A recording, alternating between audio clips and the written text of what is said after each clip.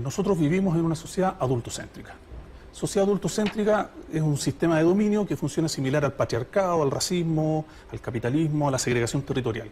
En ese adultocentrismo nosotros somos parte de una cultura donde la adultez y lo adulto es lo que vale, lo que sirve, lo que puede controlar, lo que impone, y aparece como naturalizado, como que siempre ha sido así.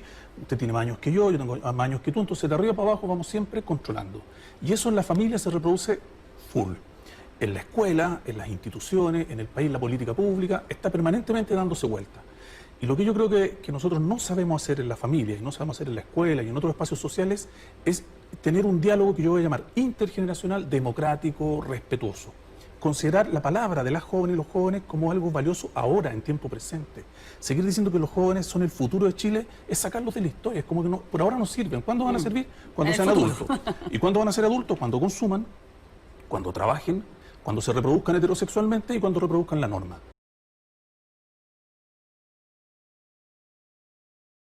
Y yo creo que las jóvenes y los jóvenes hace rato vienen acumulando molestia por eso. Les da rabia que en la escuela no se les considere. Les da rabia que estuve en Calama con estudiantes de cuarto medio de un colegio en el mes de septiembre. Les pregunto, ¿cómo están viviendo el cuarto medio? Y el nivel de tensión, de frustración, de miedo por lo que venía. ¿Por qué? Porque la mayor parte de sus papás les quieren imponer lo que tienen que estudiar. Una niña dice, yo quiero ser algo de tráfico aéreo. Te vas a morir de hambre. Imagínate que le digan eso. Una chica decía, yo quiero ser profesora y en la casa me dijeron, te vas a morir de hambre. Eso es violento.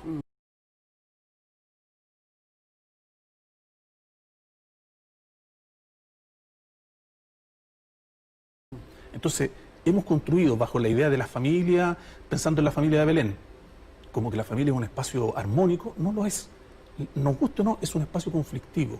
Entonces lo que tenemos que mover ahí culturalmente, tal como las mujeres el año pasado nos enseñaron a mover desde la perspectiva de género contra el patriarcado, es desde la perspectiva generacional contra este adultocentrismo. Muy bien. No se trata de ir contra los adultos así nomás, sino contra las personas adultocéntricas. Donde haya esa relación asimétrica mayor o menor, es que yo creo que la sociedad tiene que hacer una intervención distinta. Y hay que promover diálogos que nos permitan construir otro tipo de sociedad. Construir otro tipo de sociedad. Construir otro tipo de sociedad. La infancia ha pasado por muchas transformaciones a través de la historia, así también en su relación con el despertar sexual y su relación muchas veces conflictiva con el mundo adulto. En Grecia existía un vínculo entre maestro y alumno que incluso muchas veces llegaba a una especie de vínculo sexual y erótico. Esto era llamado pederastía y era aceptado con un fin de formación para menores y adolescentes, junto al sólido aprendizaje de parte de su maestro en las artes, la ciencia, en la filosofía y en la forma de vida de aquel entonces.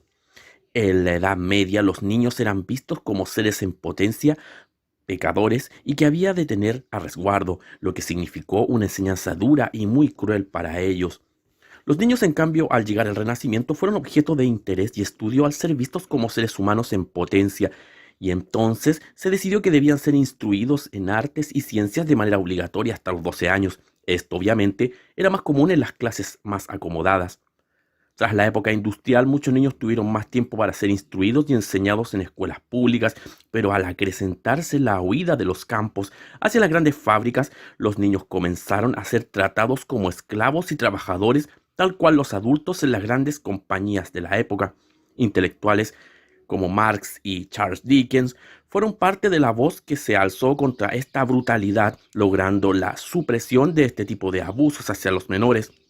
En el siglo XIX y XX, los niños, como nunca antes en la historia, pasaron a ser objeto de estudio con el auge de la psicología, la sociología y la biología, para con eso, hasta hoy, erigirse la famosa Carta Universal de los Derechos del Niño en 1959.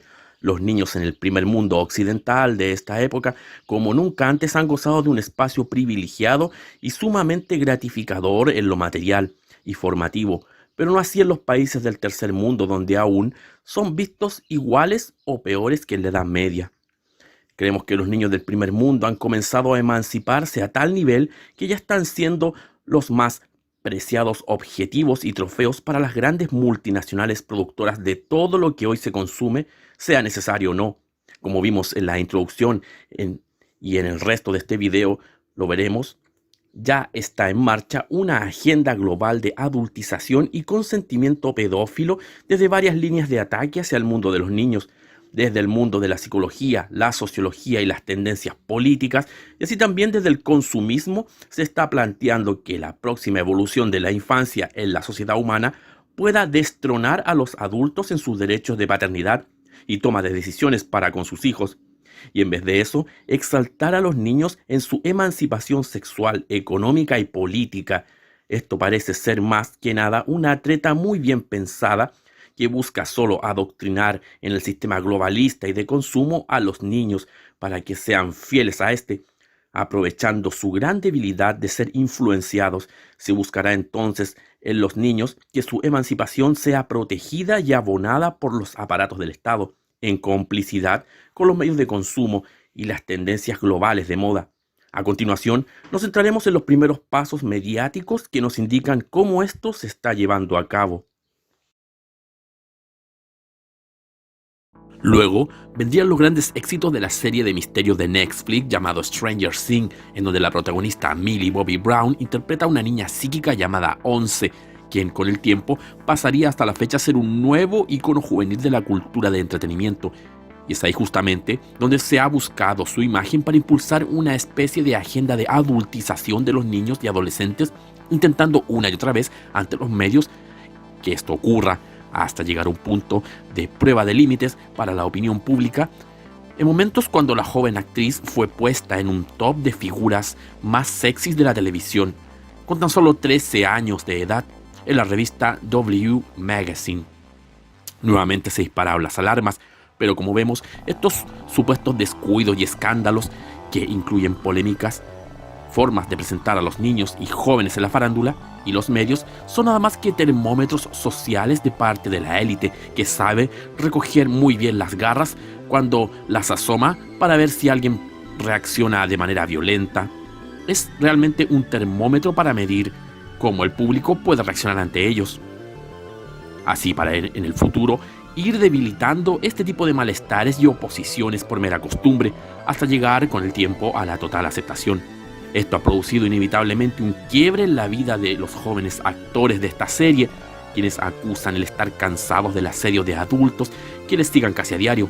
Algunos han expresado su total molestia ante la adultización no solo de sus personajes, sino de su propia imagen ante el público, un público insensible y voraz al momento de consumir lo que sus deseos les dicten, que parece no interesarles en absoluto el drama que se oculta detrás de algunos de estos niños ya caídos en la adultización, quiéranlo o no. Es interesante cómo las estrellas más famosas de la música y la farándula siempre están ligadas a cantantes de rap, y es precisamente esta combinación la que a veces provoca estragos en dichas estrellas y a veces en estos mismos cantantes. Nos preguntamos si el llamado proyecto MK Ultra no tiene algo que ver con este tipo de relaciones, en donde, según esta teoría conspirativa, toda cantante mega famosa tiene un programador que la dirige, encausa y controla para que su influencia no se salga del libreto ni de lo políticamente correcto en la sociedad. La sumisión de dicha cantante o actriz debe ser lograda por todos los medios posibles, incluso si ya no es necesario que sigan las tablas, se le debe correr de medio. De esto tenemos algunos ejemplos algo sospechosos sobre este tipo de relaciones tóxicas que parecen ser programadas de antemano. No es raro entonces que aquellos raperos más polémicos de la farándula VIP siempre se conozcan entre ellos y siempre estén ligados a estrellas famosas. Cosa de ver lo que ha ocurrido varias veces con el rapero Kanye West y sus constantes colapsos y extrañas declaraciones atormentadas que parecen hacer ruido de que algo aquí ocurre en ese sórdido mundo. Pareciera entonces que estos programadores también fueran obviamente programados y controlados por otras personas que se mantendrían al margen de ser vistas y que pertenecerían a órdenes y sociedades mucho más oscuras de las que imaginamos. Hay casos aún más extraños, sino bizarros, en el mundo de la farándula que nadie dice ni alude siquiera. Ni siquiera los del mundo de la conspiración, y es como a veces adultos, en esta mezcla entre música y farándula, del cine y los medios, tienen tratos y se relacionan aparentemente de manera común y normal con menores de edad. Y nadie parece decir nada, como lo es el caso del rapero Drake en Estados Unidos, que ya ha tenido bastantes polémicas en sus osados encuentros con menores de edad, o con mujeres mucho menores que él. Lo que más resulta un poco perturbador y extraño es cómo, en aquel entonces con 31 años de edad, haya mantenido una relación de amistad con la actriz Millie Bobby Brown, de en ese entonces 14 años, a vista y paciencia de padres y cercanos. ¿Será Drake el programador de la actriz de Stranger Things? Así como podría serlo Jay-Z con Beyoncé, entre otros, recordemos que para el proceso de adultización en los niños desde el mundo de la farándula, este tipo de actores y cantantes deben ser las piezas clave para producir el cambio de paradigma en aquellos menores y adolescentes, desde primeramente las modas y las tendencias globales, piezas claves totalmente sometidas y controladas mentalmente por agendas desconocidas para la mayoría de las personas. ¿Qué está pasando en la opinión pública? ¿Somos o idiotas o dormidos o cómplices pasivos de todo esto? ¿O quizás sea todo lo anterior? Recordemos que el 11 es un número cabalístico y de gran poder para las logias satanistas y ocultistas de Occidente, número que representa el cambio y la estructura piramidal de la geometría pitagórica. Es un número que señala y atrae una gran cantidad de energía. Es un distintivo que alude subliminalmente a los pilares del templo de Salomón. Un 11 sería un portal o un vórtice de nueva energía. Del mismo modo, un ser humano está a los 11 años dejando atrás su niñez y entrando al periodo de la pubertad y un nuevo flujo hormonal, donde todos los cuestionamientos y todo su cuerpo se ve reflejado en grandes cambios que están a punto de comenzar. Es entonces, para los satanistas y ocultistas y sociedades secretas de todo tipo, un momento realmente importante en el desarrollo energético de un ser humano, y así también una presa realmente jugosa para el poder de las tinieblas. Del mismo modo que la legalización de muchas drogas en los países del primer mundo ya es hace muchas décadas una gran realidad, quizás sea posible que la adultización de los niños y su cada vez más tempranos derechos sexuales sea con el tiempo considerados como un mal menor, como algo aceptable para la sociedad. Y en esto queremos ser lo más claros posible y señalar cómo son y se han dado los pasos para que esto ocurra, los cuales explicaremos de manera muy detallada a continuación. Primero, la adultización de los niños exponiéndolos a la farándula de Hollywood, hoy más que nunca es un indicador de su hipersexualización al rodearse estos del glamuroso mundo de los adultos connotados de la farándula, lo que implica una muy delgada línea entre la niñez, la adolescencia y la adultez. Por ende, buscar igualarse en el glamour y tendencias y la conducta de los adultos parece ser un constante baile al filo de la navaja para estos menores, conducta que es ya admirada por miles de niños alrededor del mundo. La farándula en los jóvenes y los niños ya hoy está buscando ser más transgresora que nunca. Las figuras de la música como Miley Cyrus y todo lo que ha ocurrido con los fenómenos del reggaetón y últimamente el trap han cautivado una gran cantidad de menores de edad, incluso antes de los 10 años, a vista y paciencia de los padres, haciéndoles ingresar en modas, bailes, lenguaje y conductas cargadas de erotismo y extrema sexualización, violencia del mundo adulto, que no deberían ver ni presenciar. Y repito, a vista y paciencia de padres y cuidadores sin ninguna capacidad de juicio crítico ni de conciencia moral para analizar lo que aquí les están haciendo a sus hijos. A aquellos adultos han sido totalmente anulados por el adoctrinamiento mercantilista y exitista del mundo moderno, donde seguir tendencias y modas y apropiarse de ellas en la compra compulsiva es mucho más importante que cualquier tipo de valor y ética. Agregamos también que ciertas formas de educación sexual en escuelas primarias públicas también están empujando a los niños a su adultización, donde están enseñando a descubrir la autoexploración erótica y las tocaciones sexuales a muy temprana edad. Con esto empujan y empujarán aún más la barrera hacia la naturalización de la igualdad de condiciones sexuales entre niños y personas adultas o de mayor edad. Y en esto queremos detenernos, ya que toda guerra oculta contra el ser humano en estas décadas es una guerra de equiparación de fuerzas, donde las fuerzas de oposición al ser humano desean igualarse a sus contrarias como sea, donde el caos desea igualarse al orden, no equilibrarse sino operar de la misma manera para debilitarlo, ocupando los mismos espacios que deberían ser ocupados por la conciencia, la lógica y la ética. ¿Cuál podría ser para estas ideologías y tendencias postmodernistas la diferencia entre la sexualidad exploratoria de un niño o la de un adulto? Con el tiempo no habrá ninguna, ya que según estas nuevas ideologías ambos se están experimentando bajo el mismo cuerpo y las mismas zonas erógenas de su sexualidad que habría que liberar de su opresión política y social. La treta más nauseabunda a todo nivel en esta época es igualar fuerzas de acción para sofocar la cordura, la coherencia y sobre todo la lógica y el sentido común, dejar que el caos, la inmoralidad y la falta de ética actúen con tanta naturalidad como si se estuviera buscando hacer los más grandes beneficios para la humanidad.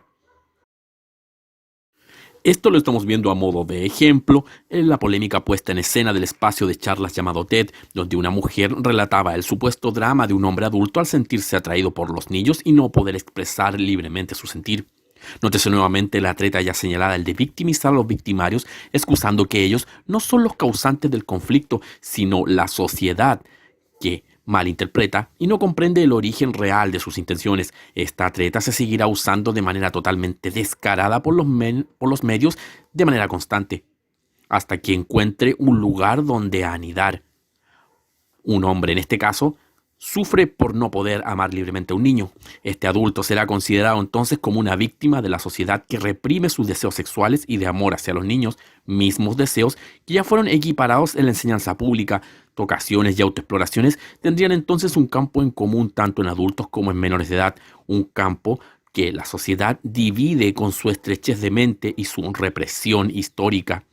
Y ya entonces para estas ideologías retorcidas sería la sociedad el gran mal represor de estas conductas naturales y libres para ellos. Esta sociedad es la que no dejaría que este campo fuera común y natural para todas las edades por igual. Entiéndase para ellos sociedad ya catalogada de antemano por estas ideologías como patriarcal, represora y machista. Entonces se verá a estos adultos pedófilos como reprimidos en su sexualidad y forma de vida. Y entonces se les intentará equiparar a el mundo de las minorías porque serán vistos como personas que sufren porque su amor y deseos son reprimidos y no son comprendidos por aquella sociedad injusta y estrecha de mente. Entonces, ya haciendo la diferencia artificial entre pedofilia, que significaría amor solamente por los niños, y pederastia, que significaría abusar de los niños, dirán entonces que pedofilia es un amor o un deseo incomprendido de un adulto a un niño. Esta diferencia artificial ya se ha hecho inclusive en muchos aspectos de la psicología hoy en día. La otra línea de ataque será que los niños ya habrán sido suficientemente sexualizados y tratados en algunos contextos como adultos para así poder ingresar en algunos espacios sociales a tener contacto con adultos sin ningún problema. Nos preguntamos entonces qué espacios sociales pueden o podrían ser el caldo de cultivo para un libre desplazamiento e interacción entre niños y adultos a partir de hoy en día. Los espacios sociales de momento se estarían dando en el contexto del mundo de Internet, en donde no hay ninguna forma de freno ni de legalidad posible de implementar. Vemos entonces el concepto surgido hace tan solo una década, el del niño rata, de parte del mundo gamer o de los afamados por los videojuegos en línea, donde muchos son los adultos que no se complican en relacionarse, insultarse y discutir con niños en salas de chat de videojuegos y demás. Esto quizás sea un pálido reflejo de cómo el mundo adulto y el mundo de los niños, sin mediación ni criterio alguno, están ya ingresando en un terreno común, sin que nadie medie por distinguir y separar aguas para proteger a los menores de edad en muchos de estos casos. Ejemplo de este tipo de interacciones son ya un campo fértil para este tipo de igualitarismos artificiales. Luego, volviendo al punto inicial, es posible que pronto se destapen tantos horrores con el caso de Epstein y sus consecuencias, que tras varios años destapando monstruosidades sobre abusos infantiles que queden al descubierto, que al final las convenciones internacionales movidas por la adultización dirán que será mucho mejor fiscalizar y legalizar algunas acciones consentidas para que, por ejemplo, los niños no sean violados o secuestrados en ambientes peligrosos como Internet y lugares de interacción. Y es preferible que los niños interactúen en un espacio protegido con las personas que ellos quieran y bajo sus propios derechos. bajo su propia libre decisión, libre de la represión de los adultos, en un contexto común, bajo un mundo común y libre de toda pederastía, pero sí con consentimiento pedófilo. A modo de vaticinio, creemos que llegará el momento en que incluso la palabra pedófilo no podrá ser juzgada ni aludida como algo malo, sino más bien como algo sumamente normal y común para la sociedad. Entonces veremos cómo el mundo gamer, el mundo del cine, la farándula, el mundo de las grandes convenciones de superhéroes serán posiblemente usados para este tipo de encuentros a futuro, espacios entre comillas protegidos donde niños y adultos interactúan de manera libre y sin ninguna barrera de edad, donde puedan socializar tranquilamente a expensas de sus padres. Espacios entre comillas protegidos donde los niños y adultos interactúan de manera libre y sin ninguna barrera de edad, dispuesta de antemano por la sociedad entre comillas opresora. Adultocentrismo. A esto añadiremos la versión ideológica que faltaría como guinda al pastel para completar en un tiempo futuro el ingreso de la conducta sexual infantil en el mundo adulto. Y aunque ocupemos un término de forma paradójica, nos referiremos a un concepto con el que comenzarán a formar nuevos y futuros estallidos sociales a favor de niños y adolescentes, y es el concepto de adultocentrismo. Este concepto sería el que dará la estructura política y lógica y económica a toda la carroña que ya está por venir en relación a la permisividad, a la seducción y acceso sexual de los adultos con menores. El adultocentrismo no es nada nuevo. Es un concepto que nuevamente alude a la vieja treta dialéctica de la lucha de bandos, de clases y de condiciones socioeconómicas, haciendo divisiones insalvables entre los que tienen dinero y los que no tienen, para luego pasar a los que son hombres versus a las mujeres, luego a heterosexuales versus las minorías del mundo homosexual. Ante esto, solo podemos decir que ya está en camino la treta de volver a formar una nueva lucha de rivales, de opuestos, y esta vez entre los adultos y el mundo infantil, dándole a los adultos las mismas atribuciones negativas que se le da al patriarcado, la homofobia, el racismo y el capitalismo, sobre todo adultos que posean hijos. Estos serían vigilados y señalados como peligrosos en potencia para el sano y libre desarrollo de los niños. La persona al ser educada. Hemos de recordar que el derecho fundamental que asiste a toda persona desde su nacimiento. Por tanto, no podemos pensar de ninguna de las maneras que los hijos pertenecen a los padres. Por tanto, no podemos pensar de ninguna de las maneras que los hijos pertenecen a los padres. Por tanto, no podemos pensar de ninguna de las maneras que los hijos pertenecen a los padres. Es interés del menor, es derecho fundamental y derecho constitucional del menor. Esto ha comenzado de manera aún muy disimulada en el mundo de la sociología y el academicismo humanista, y aún no ha bajado como un dispositivo a las masas y a las personas de a pie. Existen aún escasos artículos sobre este tema, pero ya en menos de una generación podremos ver los efectos destructivos, tóxicos y desalmados de investir con los atributos de la esclavitud, el atropello de los derechos humanos, la opresión y la censura a aquellos seres humanos por el simple hecho de ser padres y tener cierta autoridad sobre sus hijos. El adultocentrismo será el concepto maestro para liberar la pedofilia, la emancipación sexual y económica de los menores de edad, aún antes de los 14 o incluso antes de los 12 años, incluso menos, generando con esto una de las tretas más codiciadas por la élite global: abrir un nuevo mercado de consumo, producción de medios y servicios y de esclavitud para los menores de edad como si fueran un público adulto en lo sexual, hacer series solo con niños de todo tipo, incluyendo sexuales, diseñar espacios de discotecas solo para niños, centros de veraneos, de recreación, donde los padres no podrán asistir sin que los niños puedan darles sus consentimientos y solo podrán ingresar aquellos adultos amigos de los niños que sí sean aceptados por los niños como sus amigos sentimentales o románticos. Luego también se les dará derecho a poder sufragar y a elegir sus representantes ante el mundo, poniéndolos como un nuevo tipo de expresión del sujeto globalizado y una nueva minoría emancipada del mundo adulto.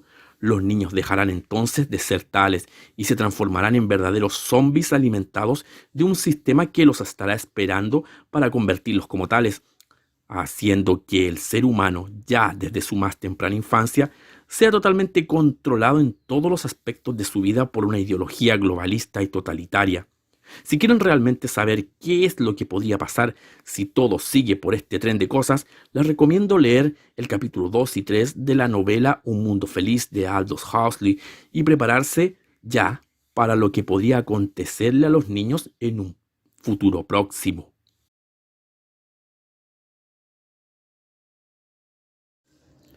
A modo de conclusión, solo podemos decir que para los que son padres o los que lo serán en el futuro o para simplemente aquellos que están en contra de toda esta agenda, les pedimos que puedan informarse con base sobre lo que significan las bases científicas del desarrollo infantil y más bien que podamos informarnos y comprender cuáles son las características y los rasgos que marcan un desarrollo armónico de los seres humanos en tanto desarrollo social, biológico y psicológico dentro de nuestra cultura y de nuestro mundo. Contrastar toda esta información con los sistemas de vida que hoy por hoy vivimos como sociedad y sobre todo cómo se pretende que vivan los niños, bajo qué mensajes y lemas, sobre qué juegos y aprendizajes ellos puedan estar inmersos y poder analizar todo esto de manera equilibrada, ver los pros y los contras de todo esto. Sostener entonces un punto de vista crítico pero a la vez proactivo que creemos se requiere de mucha fuerza, entereza y sobre todo valentía y actitudes que, hoy por hoy, como nunca se necesitan en nuestro mundo, para generar los cambios que nos hagan oponernos y sobrevivir a un sistema gobernado por élites totalmente sometidas a sus deseos egoístas e inhumanos. Y lo más importante que queremos es recalcar que como decidamos ser y actuar en nuestras vidas, todo eso no estará desconectado de cómo viviremos en el futuro y cómo vivirán las futuras generaciones en el mundo del mañana.